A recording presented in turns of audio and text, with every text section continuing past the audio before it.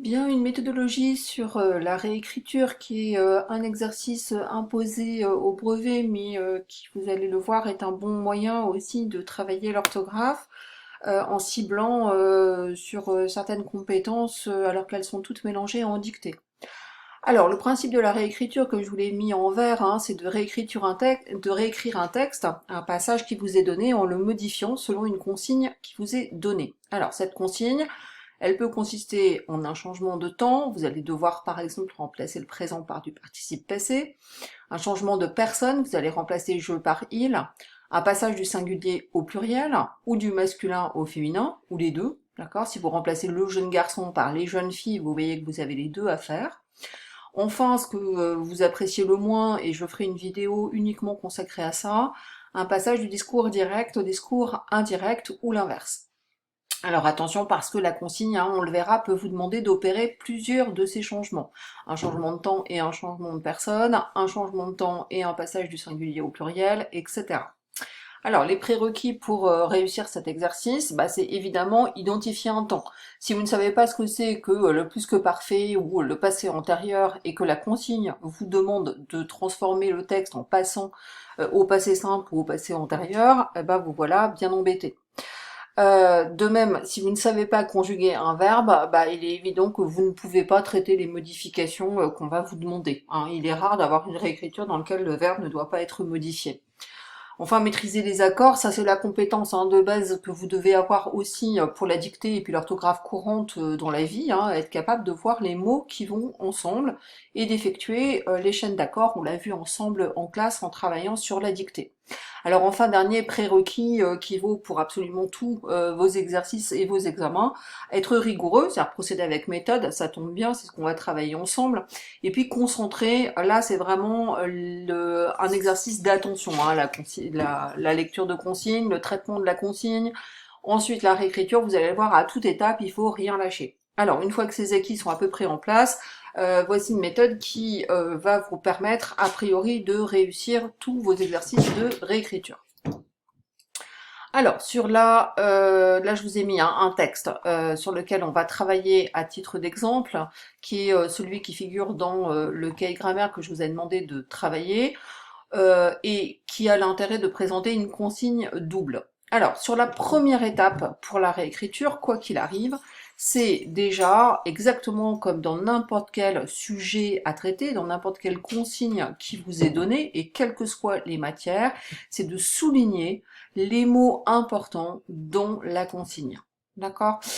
Si jamais on vous demande de faire plusieurs changements, c'est bien d'emblée de prendre l'habitude de consacrer une couleur pour chaque consigne, pour chaque changement qui vous est donné. Alors, je vous ai pris donc l'exemple de cette consigne-là, sur laquelle on va travailler. Réécrivez ce passage, il s'agit donc du texte qui est ici, en remplaçant John, ok, qui apparaît là, par je.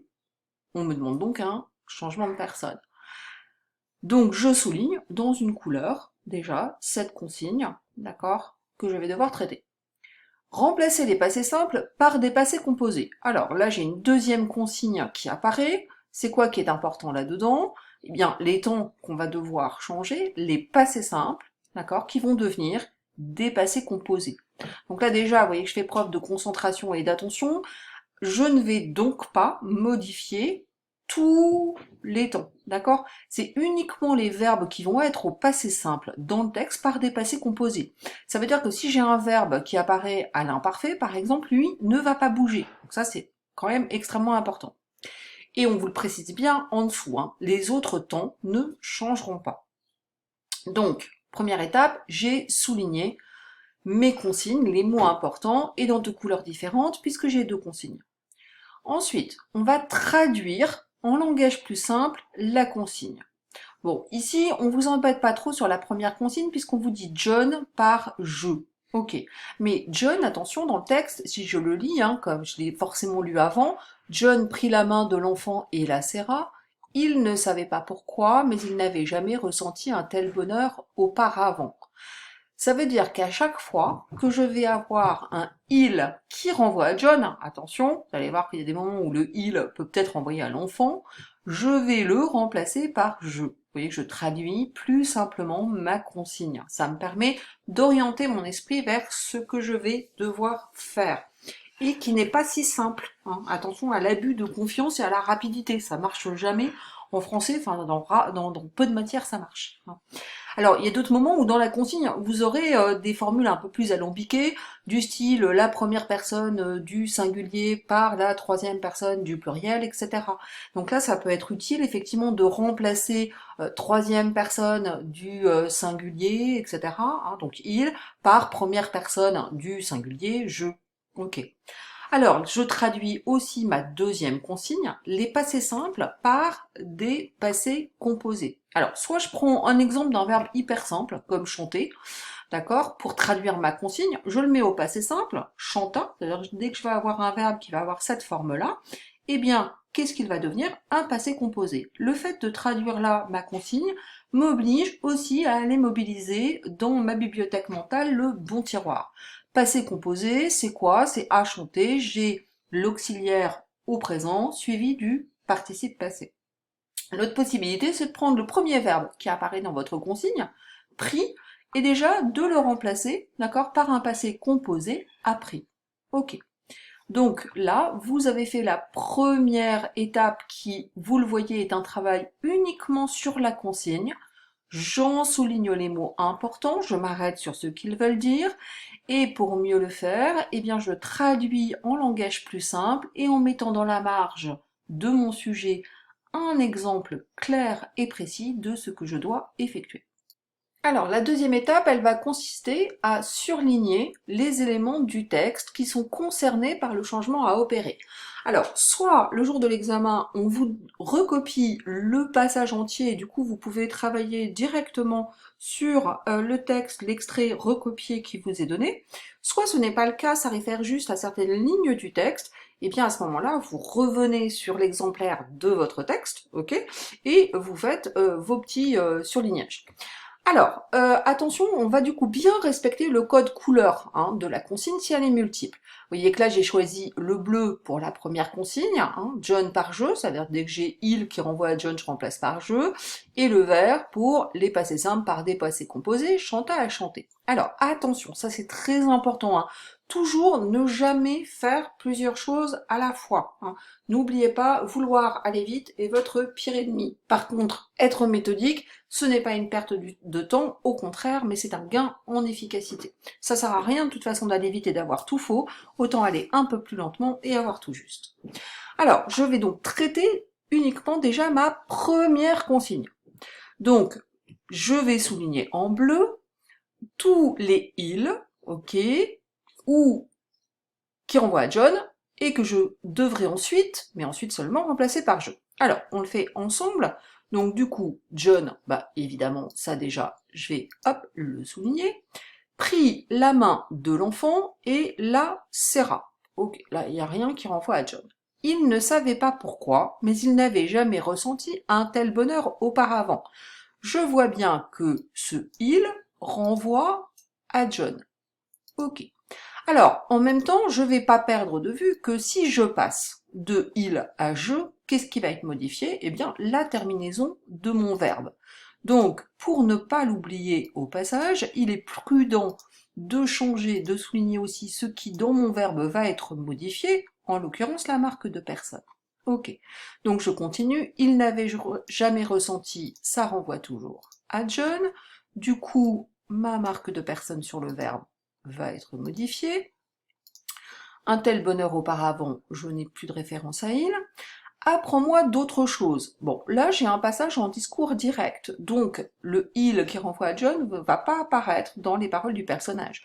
Par contre, il va apparaître ici dans la proposition incise, c'est bien John qui s'exprime, donc je devrais aussi modifier le sujet et la marque de personne. Tu sais tellement de choses, discours direct, donc pas de problème. Au lieu de lui répondre, cette troisième personne renvoie bien à John, donc je la souligne. Si le i veut bien suivre en bleu, voilà. L'enfant se leva. Attention, là, l'enfant est une troisième personne, d'accord, mais qui ne renvoie pas à John, donc je n'y touche pas. L'enfant se leva d'un bond et courut vers le réservoir. Il prit un peu d'eau dans sa main en coupe. Là, je m'arrête. Il, est-ce que ça renvoie à John ou à l'enfant? Eh bien, ça vient juste après qu'on ait mentionné le geste de l'enfant, ça renvoie à l'enfant, donc il ne sera pas modifié. Et il l'apporta à John, eh bien, revoilà mon John qui, lui, devra être changé. Il approcha ses mains de la bouche de John. Je comprends bien du coup que ce il renvoie à l'enfant, donc je ne vais pas le modifier. Par contre, la bouche de John, il faudra que je change ça. Bois, dit-il, c'est toujours l'enfant qui s'exprime puisque c'est John qui obéit, donc c'est cette partie-là du texte que je vais modifier ainsi que la marque de personne. L'enfant versa doucement l'eau entre ses lèvres. Alors l'enfant versa, ça ne bougera pas parce que ça ne renvoie pas à John. Doucement l'eau entre ses lèvres. Par contre, attention, la phrase qui est ici, il approcha ses mains de la bouche de John, montre bien qu'il s'agit des lèvres de John et que du coup, ce déterminant va être modifié. Voilà, j'ai donc repéré ce qu'il faut faire sur la première consigne.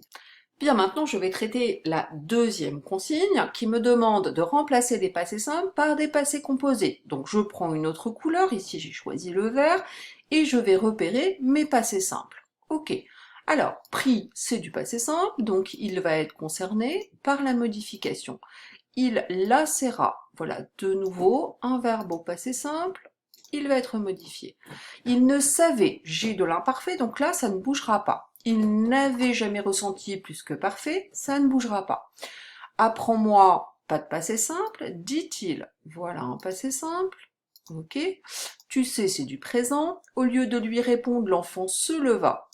Voilà encore un passé simple. Courut, un passé simple. Il prit, un passé simple. Un peu d'eau dans sa main en coupe et il l'apporta. Passé simple. Il approcha. Passé simple. Dit-il. Passé simple. Obéit. Passé simple. Versa. Passé simple. Ok. Donc, là, vous voyez que cette consigne est plus facile à traiter, je peux aller plus vite. J'ai juste à repérer quels sont mes verbes au passé simple et qui donc vont être concernés par ce changement de consigne. Alors, je vous ai mis sur la diapositive suivante, donc ce que donne, d'accord, le texte souligné avec ces deux couleurs, et j'ai mis en dessous les modifications. En effet, il peut être plus prudent de mettre dans la marge du texte, avant de recopier, ce qui va être modifié, ou de le faire rapidement au brouillon. Donc, John prit, ça va devenir j'ai pris, lacéra, les serré. Alors, attention, là, si vous voyez qu'on vous demande le passé composé, il faut du coup que j'aille chercher dans mon tiroir, attention à l'accord du participe passé. Ok, donc j'ai pris quoi, je n'en sais rien, donc ça va rester IS puisqu'on dit prise au féminin. Et les serrer, alors là je sais que j'ai serré la main de l'enfant, donc je vais l'écrire et eux. Il ne savait. Donc les couleurs, vous voyez, me permettent d'être beaucoup plus efficace dans le traitement de la consigne et de ne pas faire d'erreur.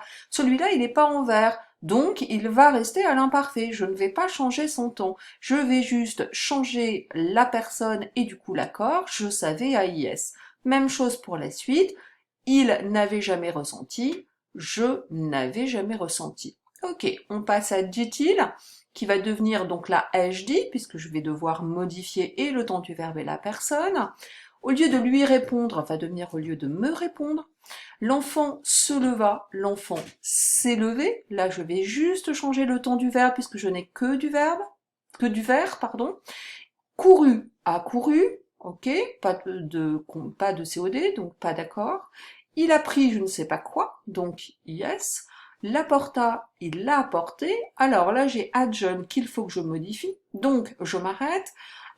Il prit un peu d'eau dans sa main en coupe et il l'apporta à John. Il me l'a apporté, ok. Donc j'écris me l'a et puis apporter. Je sais ce qu'il a apporté à John, l'eau, donc et eux. Il approcha, je ne change que le temps, il a approché, je ne sais pas quoi, donc invariable, ses mains de la bouche de John, ça va devenir ma bouche. Enfin, dit-il, va devenir had tilde. Je ne change que